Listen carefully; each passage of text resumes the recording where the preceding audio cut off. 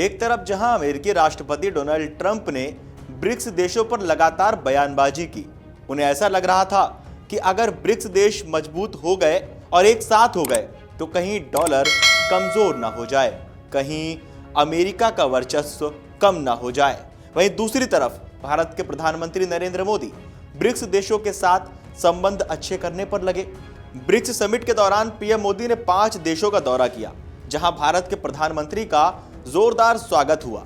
इससे अलग हटके पीएम मोदी के विदेश दौरे राजनीतिक, कूटनीतिक और व्यापारिक रूप से भी बहुत महत्वपूर्ण रहे। तो आइए लगाते हैं दूरबीन और दूर की खबर को पास से देखते हैं। पीएम नरेंद्र मोदी ने 5 देशों के दौरे किए: घाना, त्रिनिदाद और टोबैगो, अर्जेंटीना, ब्राजील और नामीबिया। आइए अब जानते हैं कि किस देश के दौरे से भारत को कौन कौन से राजनीतिक, कूटनीतिक और व्यापारिक लाभ हो सकते हैं और कैसे हो सकते हैं, क्या क्या डील्स हुई हैं।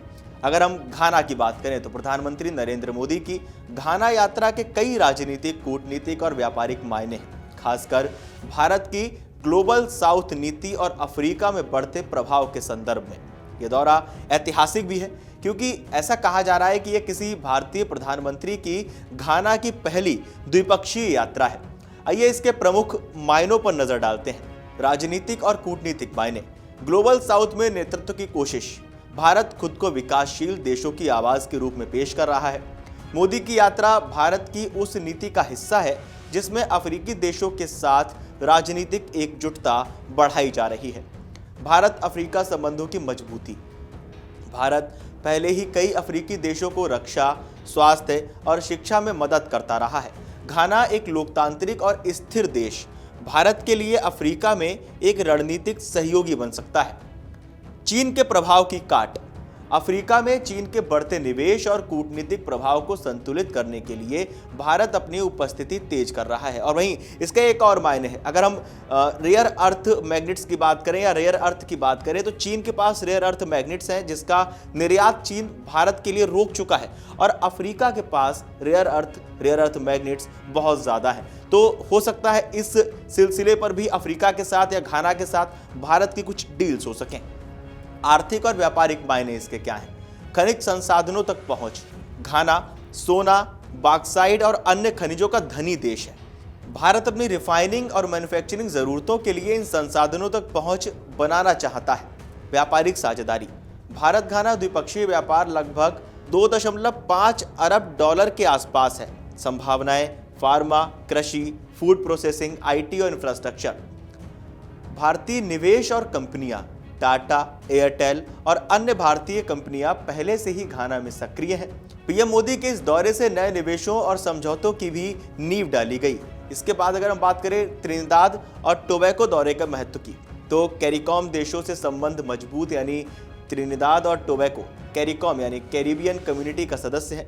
ये दौरा भारत और पूरे कैरिबियाई क्षेत्र के साथ सहयोग बढ़ाने का मंच बन सकता है, खासतौर पर जलवायु परिवर्तन, तकनीक और स्वास्थ्य जैसे क्षेत्रों में। चीन की मौजूदगी को संतुलित करना। कैरिबियन में चीन के बढ़ते निवेश के बीच भारत की सक्रियता एक बैलेंसिंग एक्ट है। भारत ये संदेश देना चाहता है कि वो भी क्षेत्रीय विकास और साझेदारी के लिए प्रतिबद्ध है। ब्रिक्स विस्तार और वैश्विक साउथ का नेतृत्व।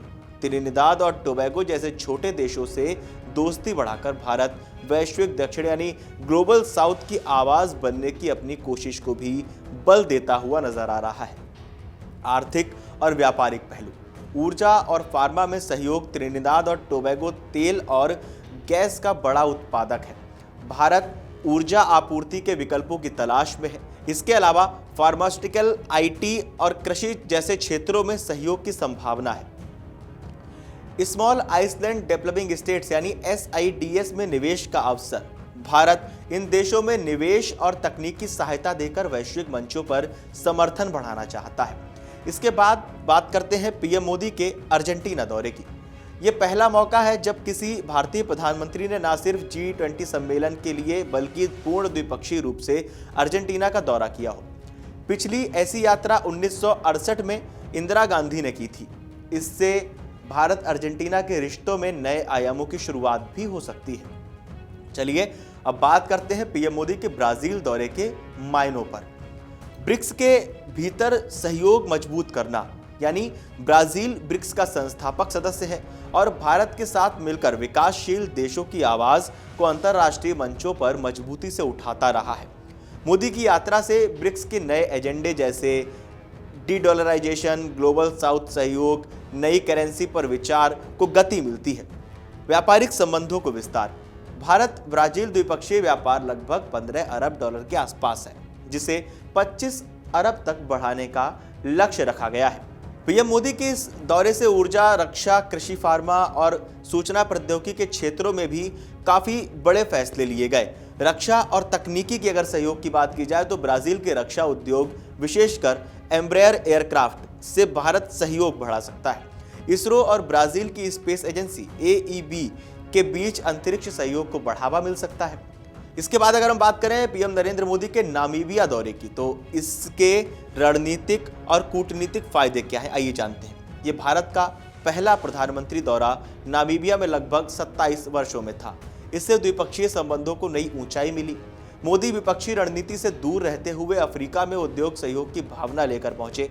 उन्होंने कहा, हम प्रतिस्पर्धा नहीं करना चाहते बल्कि साझेदारी करना चाहते हैं। उन्हें नामीबिया का अत्यंत प्रतिष्ठित सर्वोच्च नागरिक सम्मान मिला, जो भारत की सम्मानजनक छवि को और मजबूत करता है।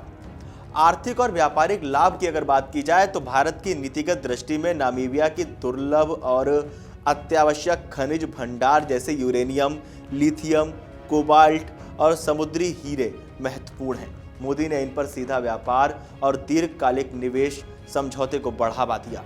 लगभग 800 मिलियन का निवेश आने की संभावना, जिससे चीन पर निर्भरता कम हो सकती है। भारत और नामीबिया के बीच प्रत्यक्ष हीरा व्यापक के मार्ग खोले गए, जिससे मध्यस्थों पर निर्भरता कम होगी। कृषि, ऊर्जा और चिकित्सा उपकरण सहित अन्य क्षेत्रों में सहयोग मजबूत होगा। डिजिटल कम्युनिकेशन और वित्तीय समावेश UPI अनफाइड पेमेंट्स इंटरफेस को नामीबिया के बैंकों से जोड़ा गया है। यह अफ्रीका में भारत का पहला डिजिटल पेमेंट सिस्टम एक्सपोर्ट होगा। इससे वहां की जनसंख्या को सस्ते और तेज डिजिटल भुगतान सुविधा मिलेगी, जो दोनों देशों की डिजिटल इंफ्रास्ट्रक्चर साझेदारी को मजबूत करेगा।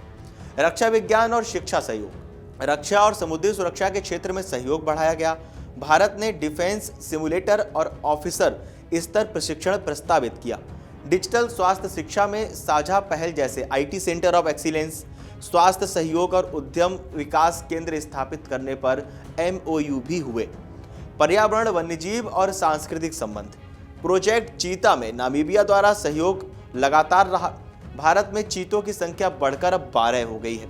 मोदी ने हीरोज एकर में नामा फ्रीडम फाइटर्स को श्रद्धांजलि भी दी और संसद में संबोधन भी किया, जिससे सांस्कृतिक और लोकतांत्रिक समानता को और ज्यादा बल भी मिला। भारत के प्रधानमंत्री ने जो इन 5 देशों के दौरे किए, उसके क्या कुछ मायने हैं, क्या कुछ फायदे, हमने आपको समझाने की कोशिश की। कुछ रिपोर्ट्स के माध्यम से जो डेटा हम तक पहुंचा वो आपको समझाने की कोशिश की। आप लोगों को क्या लगता है कि पीएम नरेंद्र मोदी के इन देशों से यात्रा करने से क्या फायदे हो सकते हैं? आपका क्या मानना है? आपको क्या लगता है? हमें कमेंट करके जरूर बताएं और देश और दुनिया की तमाम बड़ी खबरें जानने के लिए देखते रहिए अमर उजाला।